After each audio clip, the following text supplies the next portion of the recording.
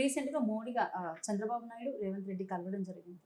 So, ఏంటంటారు? ఈ కలయిక అర్థం ఏంటంటారు? అంటే మళ్ళీ తెలంగాణలో కలెక్ట్ ఏమైనా పాగా వేయబోతున్నారంటారా? ఏమన్నా మీరు బాగున్నారు. ఇద్దరు ముఖ్యమంత్రులు కలవడం మంచిది కదా.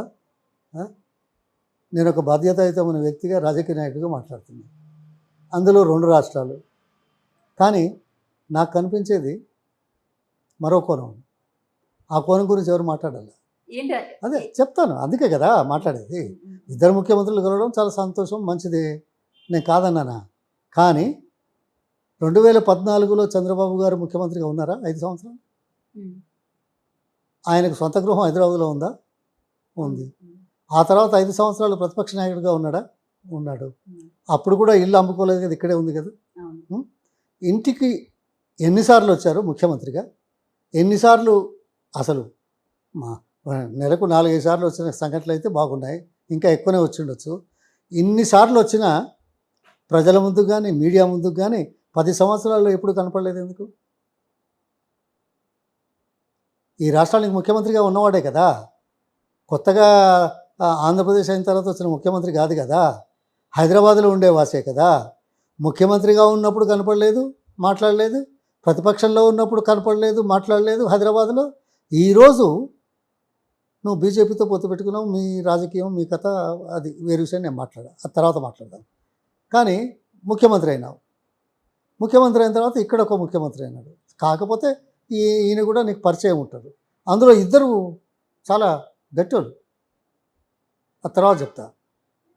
ఇదేంటి అంటే, మీరు ఇవాళ ప్రజలు నమ్మించడానికి ఏం చేస్తున్నారు? ఇద్దరు ముఖ్యమంత్రులు కలుస్తున్నాం, అపరిష్కృతంగా ఉన్న అంశాల మీద చర్చిద్దాము. కలిశారు, చర్చించారు. ఏం చేశారు? కమిటీలు వేశారు. అందుక 5 సంవత్సరాల కాలంలో పరిష్కరిద్దామనే ఆలోచన రాలేదా నీకు? నువ్వు ఒక్కసారైనా ఉత్తరం రాశావా కేసీఆర్కి? మాట్లాడుకుందాం, చేద్దామని మాట అప్పుడెందుకు లేదు? నువ్వు సాధించావా 5 సంవత్సరాల్లో ప్రత్యేక రాష్ట్ర హోదా? చేయలేదే. అప్పుడు తెలంగాణ గురించి, రీఆర్గనైజేషన్ బిల్లు అంశాల గురించి ఒక ముఖ్యమంత్రిగా, ఈ రాష్ట్రంలో పనిచేసిన వ్యక్తిగా 7 సంవత్సరాలు నువ్వు తెలంగాణ గురించి మాట్లాడావా? ఉన్న 7 ఏళ్ళు వెంటనే అధికారంలోకి వచ్చిన మొదటి రోజుల్లోనే తీసుకెళ్లారు కదా, మార్చుకున్నారు కదా. ఓకే, మార్చుకున్నారు. కానీ ఇప్పుడు ఈ విషయాల మీద మాట్లాడదాం, ఇంకా అపరిష్కృతంగా చాలా ఉన్నాయంటున్నారు. సంతోషం, చేయాలి. కానీ మీరేం చేశారు? నమ్మించడానికి చేసినట్టు కదా. నేను అన్నా ఒకటి తప్పదు. ఇద్దరికీ ఒక కోణం, కామన్ కోణం. అదేదో అంటారు, ఏంటిదే అది, అదే ఓటు నోటు ఏదో ఉండే కదా. అది నాకు పూర్తిగా తెలియదు, ఏదో అంటుండగా వింటా. ఈ ఇద్దరు ఉన్నారనే కదా. ఆయన ఏదో అన్నాడు, ఈయన ఏదో డబ్బులు ఇచ్చాడు, ఇద్దరు కేసుల్లో ఇద్దరు ఏదో ఉన్నారని. మరి ఈయనేమో మోడీ దగ్గర అయినాడు, ఈయనేమో మోడీనేమో బడేబాయ్ అంటాడు. ఈయనేమో పార్లమెంట్ ఎన్నికల తర్వాత, ఫలితాల తర్వాత మొట్టమొదటి ప్రెస్ కాన్ఫరెన్స్లో ఏం మాట్లాడాడు?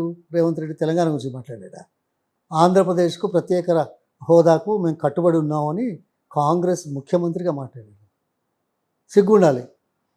తెలంగాణకు 10 సంవత్సరాల కాలంలో బీజేపీ అధికారంలో ఉండి కూడా, బీజేపీ ఇక్కడ మరిన్ని స్థానాలు సంపాదించుకునే నేపథ్యంలో కూడా, తెలంగాణ నుంచి కేంద్ర ప్రభుత్వంలో మంత్రిగా ఉన్నవాళ్ళు ఉండి కూడా 10 సంవత్సరాలలో ఏ ఒక్క అంశాన్ని అమలు చేయని దౌర్భాగ్య స్థితిలో ఉన్న కేంద్ర ప్రభుత్వాన్ని ఈయన అనలేదే.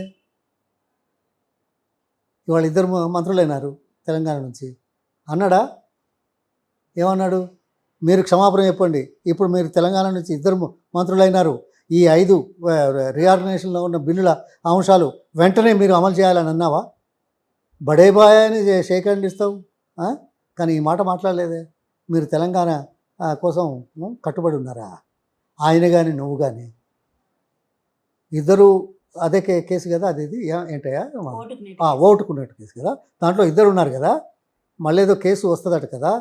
మరి దాని గురించి ఏమన్నా ఇవన్నీ వంకలు చూపి కలిసి మాట్లాడుకోవడానికి ఇదొక మంచి ఆస్కారం ఏమో, ఇది వేదికేమో అనుకుంటా.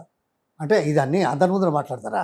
కలిసినప్పుడు మీటింగులు, కమిటీలు ఇవన్నీ వేసిన తర్వాత మళ్ళీ లోపల కూర్చొని మాట్లాడుకుంటామా లేదా? టీలు తాగుతామా లేదా? ఇదేమో కొత్తనా నాలాంటి వాడికి? టీలు తాగినప్పుడు ఒకరు మాట్లాడుకోలేరా? అప్పుడు మాట్లాడినట్టు రాదు కదా, ప్రచారం కాదు కదా, ప్రసారం కాదు కదా. అయినా ఈ కాలంలో ఎటువంటి ప్రసారం అవుతాయా అధికారంలో ఉన్న వాళ్ళ మీద నేను అడుగుతాను. ఆ? నేను ఊహించి చెప్పడం ఒకటి కావచ్చు, కానీ ఇవి ప్రసారం అవుతాయా? ఆ. మరి అటువంటిప్పుడు మాట్లాడలేదని ఎందుకు అనుకోవాలా? అందుకోసమే ఎత్తుగడని ఎందుకు అనుకోకూడదు? ఏ ఒక్కటి 10 సంవత్సరాల్లో చేయలేకపోయారు. ఈయన దాని గురించే మాట్లాడలేకపోతున్నాడు. బడేబాయ్ అన్నాడు. ఇవాళ మీరేదో కమిటీలు వేసో చేయండి. చాలా విషయాలు కొన్ని అపరిష్కృతంగా ఉన్నాయి.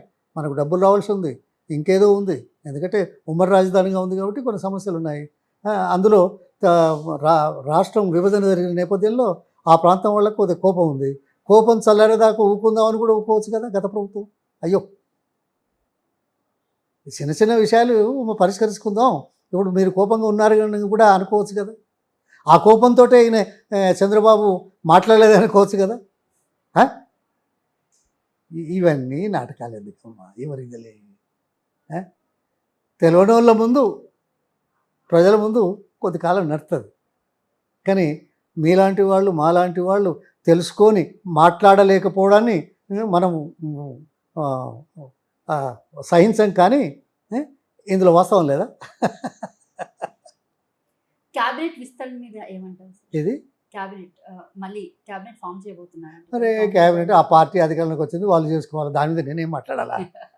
అది కాదు ఒక్క నిమిషం. మీరేదో ఊరికే మీకు సంచలనాల కోసం, పేరు కోసం మమ్మల్ని వాడుకుంటున్నారు తప్ప దాని మీద నేను మాట్లాడితే వచ్చేది ఏమన్నది. ఓకే, ఒకటి అడుగుతా. నువ్వు పార్లమెంట్ ఎన్నికల్లో ఓబీసీలకు న్యాయం చేసావా? చెప్పింది చేశారా? అసెంబ్లీ ఎన్నికల్లో ఓబీసీలకు ఇస్తామన్నది ఇచ్చారా? క్యాబినెట్లో ఎలా ఉందో తెలీదా? ఇప్పుడు మాత్రం అవుతుందని అనుకోవాలా? ఇంకా ఉన్నాయి చాలా. ఎవరినమ్మా ఈ పాయింట్ ఎప్పుడు రాలా? రాష్ట్రంలో కొన్ని సంవత్సరాలు పోలీస్ వ్యవస్థకు అధిపతిగా ఉన్నాయని మీరు సలహాదారుగా తీసుకుంటారు. ఆ వ్యవస్థలో ఉన్న ఆయనే ఆయన కాలంలోనే జరిగిన విషయాల మీద ఆరోపణ చేస్తూ వ్యక్తిగతంగా ముఖ్యమంత్రి మీద పడుతున్నారు. రెండవది, ఏ ఇరిగేషన్ల మీదనైతే మీరు ఆరోపణ చేసి తప్పుడు నిర్ణయాలు తీసుకున్నారు, డబ్బు దుబారా అయింది, అవినీతి జరిగిందని చెప్తున్నారో, వేటి మీద అయితే మాట్లాడుతున్నారో, ఆ ఇరిగేషన్కు సలహాదారుడుగా 10 సంవత్సరాలు ఉన్నాయని ఎవరో ఆయనను మీరు సలహాదారుగా ఎంపిక చేసుకున్నారు కదా. దురదృష్టం, వారం రోజుల్లోనే చనిపోయాడు ఆయన. ధర్మారెడ్డి ఏదో పేరు. అంటే గత ప్రభుత్వంలో ఉండి పనులకు సలహాలు ఇచ్చిన వాళ్ళను, గత ప్రభుత్వ వ్యవస్థలను నడిపిన వాళ్ళను మీరు అధికారంలోకి రాగానే తీసుకొని మళ్ళీ అదే ప్రభుత్వం మీద, అదే వ్యవస్థల మీద ఆరోపణ చేయడం సిగ్గుచేటు కాదు? ఎవరిని వంచిస్తారయ్యా? ఎవరిని మోసం చేస్తారయ్యా? మీరా? ఏ వ్యవస్థలు అయితే దుర్వినియోగం చేశాయంటున్నారో, ఏ వ్యవస్థలను గతంలో ఉన్న అధికార పార్టీ ఇది చేసింది అని అంటున్నారో, ఆ వ్యవస్థల మీద పనిచేసిన వాళ్ళను, ఆ వ్యవస్థలకు అనుగుణంగా చేసిన వాళ్ళను మీరు సలహాదారులుగా పెట్టుకుంటే ఏమనుకోవాలా? అంటే మీరు చేసే ఆరోపణలో వాస్తవం లేదని తెలుసు. ఈ పాయింట్ ఎవరు అలా మీరు అడిగారు, మీకు అవసరం లేదు. అదే మీరు అడగరు, మీరు ప్రసారం చేయరు.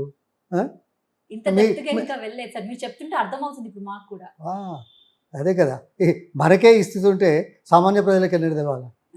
అందుకోసం ఆటలు ఆడుకుంటున్నారు వీళ్ళు రాజకీయాలలో, అంతే. ప్రజలు అవకాశం ఇస్తారు, చెంపదెబ్బ కొడతారు. చూసాం రాజకీయాలు, అది జరగక తప్పదు.